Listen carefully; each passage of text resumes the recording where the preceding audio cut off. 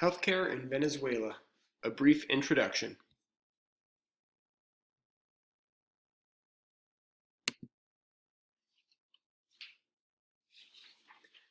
Venezuela Healthcare Successes and Challenges. Introduction to Healthcare. Instructor Celia Tilley, October 21st, 2015. Prior to 1999, the vast majority of money going into Venezuela in exchange for barrels of petroleum was used to line the pockets of the aristocratic leadership of the nation, while Venezuela's citizens wallowed in poverty and had little access to health care. President Hugo Chavez was democratically and popularly elected to office in 1999 and served until his death in 2013. Although his administration was very unpopular among Americans, he was a man of the people, using money from the sale of petroleum to fund public services in Venezuela. He partnered with Cuba to provide physicians for underserved rural areas and opened free clinics. Although 1 in 5 Venezuelans still had private health care insurance, most received free publicly funded health care. Unfortunately, the decline in petroleum prices over recent years has exposed a glaring problem with Chavez's public funding plan. Hospitals and clinics are now underfunded, understaffed, and undersupplied. Many of them have even been shutting down because they cannot afford to stay open.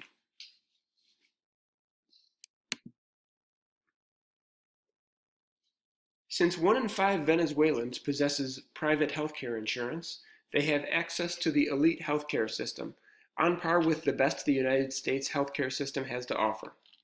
For this reason, many physicians who had grown accustomed to only providing care to the wealthy have expressed opposition to the public system, stating that the system Chavez put into place is bankrupting the nation, while still failing to provide basic services to Venezuelan citizens.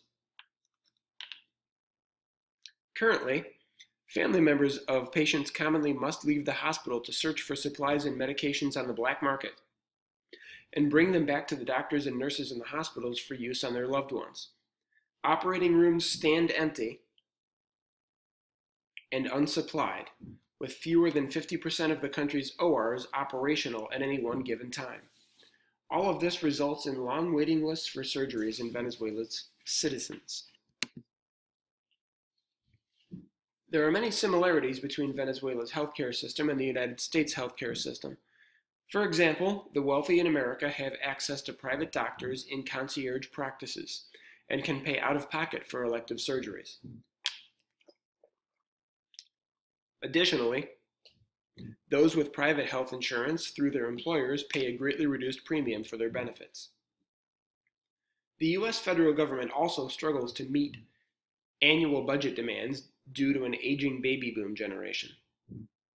However, since the U.S. began Medicare and Medicaid in 1965, the system is well established in American politics and will likely to be a very high priority for funding into the future.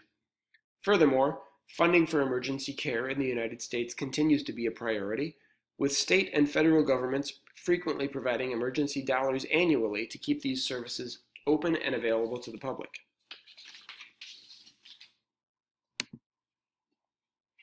Evidence suggests that the Venezuelan government will pay its debts for the 2015 fiscal year, demonstrating stabilization in their economy. Venezuela's population grew from 27.7 million in 2008 to 29.8 in 2013, largely attributable to an improved average lifespan. Domestic production of medicines now meets approximately 50% of the total demand of the Venezuelan population. Additionally, the government has introduced the Mission Barrio Adentro program to provide universal healthcare access.